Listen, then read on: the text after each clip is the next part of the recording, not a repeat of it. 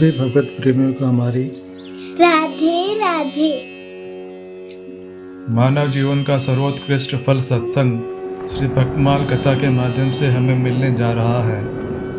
श्री भक्तमाल कथा के प्रधान श्रोता हमारे श्री प्रिया प्रीतम जी हैं। उनके श्री चरणों में प्रणाम करते हुए आइए आज के भक्त चरित्र का श्रवण करें। सती अनुसुईया। भारतवर्ष की सती साध्वी स्त्रियों में अनुसुईया जी का स्थान बहुत ऊंचा है।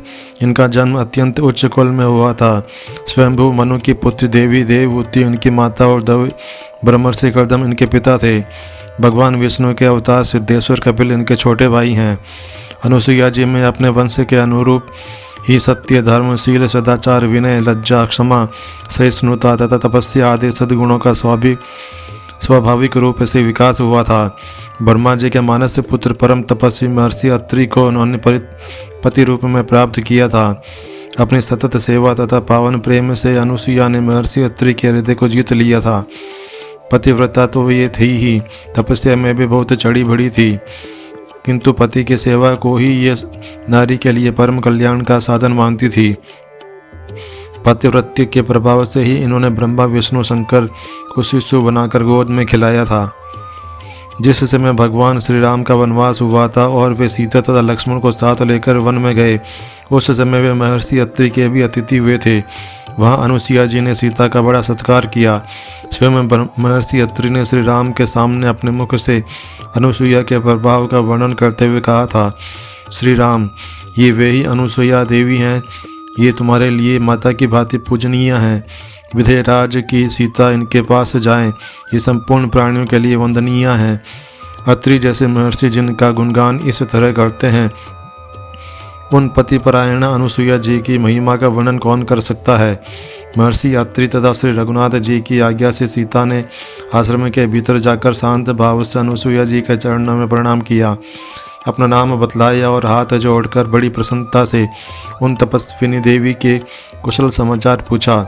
उस समय अनुसुईया जी ने सीता को सांत्वना देते हुए जिस प्रकार सती धर्म का महत्व बतलाया, वह प्रत्येक नारी के लिए अनुकरणीय तथा कंठहार बनाने योग्य है।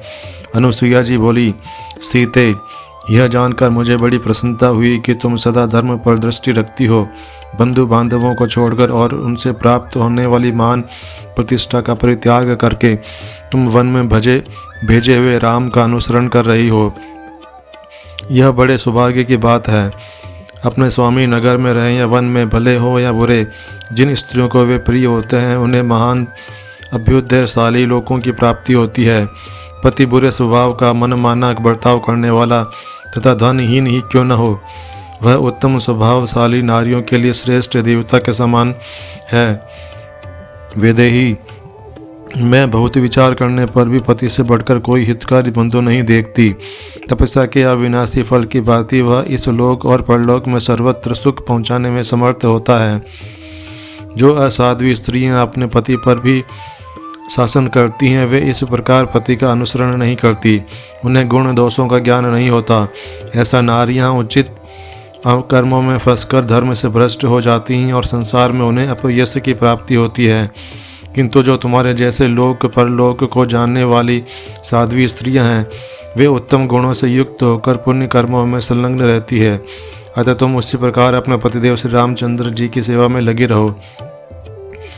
सत्य धर्म का पालन करो, पति को प्रधान देवता समझो और प्रत्येक समय उसका अनुसरण करती हुई उनके सहधर्मिणी बनो। इससे तुम्हें धर्म और सुयश दोनों की प्राप्ति होगी। तदंतर सीता जी ने भी सत्य धर्म की महिमा सुनाई। उसे सुनकर अनुसुईया को बड़ी प्रसन्नता हुई। उन्होंने कहा, सीते, तुम्हें आवश्यकता हो या न हो, तुम्हारी निर्लोभता से मुझे तो जो हर्ष हुआ है उसे मैं अवश्य सफल करूंगी। ये हार, वस्त्र, आभूषण, अंगराग और उत्तम अनुलेपन मैं तुम्हें देती हूँ। इनसे तुम्हारे अंगों की शोभा होगी। ये सब तुम्हारे ही योग्य हैं। बेटी, पहले मेरे सामने ही इन दिव्य वस्त्र आभूषणों को धारण कर लो और इनसे सुशोभित होकर मुझे प्रसन्न करो। इस प्रकार सीता का सत्कार करके अनुसुईया जी ने प्रेम पूर्वक उनको विदा किया। गोस्वामी तुलसीदास जी ने श्री रामचरितमानस में अनुसुईया जी के उपदेश का बड़ा मार्मिक वर्णन किया है। वह सरल सुबोध और सरल पद में होने के कारण प्रत्येक स्त्री के लिए सदा स्मरण रखने योग्य है, इसलिए उसे यहाँ अविलप रूप से उद्धृत किया जाता है। मातु पिता भ्राता हितकारी मित्रप्रद सब सुनो राजकुमारी, अमित दानी भ्रता बेदेही, अधम सो नारी जो सेव न तेही, धीरज धर्म मित्र अरु नारी, आपदकाल परिखियहि सारी, वृद्ध रोग बस जड़ धनहीना, अंध बधिर क्रोधी अति दीना, ऐसे हु पति कर किए अपमाना, नारी पाओ जमपुर दुख नाना, एक ही धर्म एक व्रत नेमा, काय वचन मन पतिपद प्रेमा, जग पतिव्रताचारी विधि अहि, वेद पुराण संत सब कहई, उत्तम के अस बस मन माही, सपनेहु आन पुरुष जग नाही, मध्यम पर पति देखेहु कैसे, भ्राता पिता पुत्र निज जैसे, धर्म विचारी समुझ कुल रही, सो निकृष्ट त्रिय श्रुति अस कहई, बिनु अवसर भय ते रह जई, जानेहु अधम नारी जग सोई, पति पंचक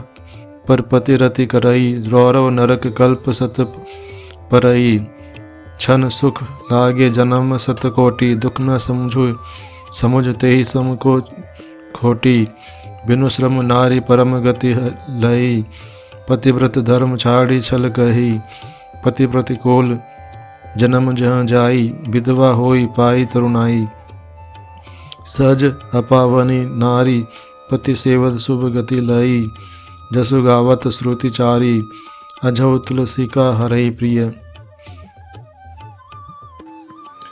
आज के हमारे भक्त चरित्र का वर्णन इतना ही।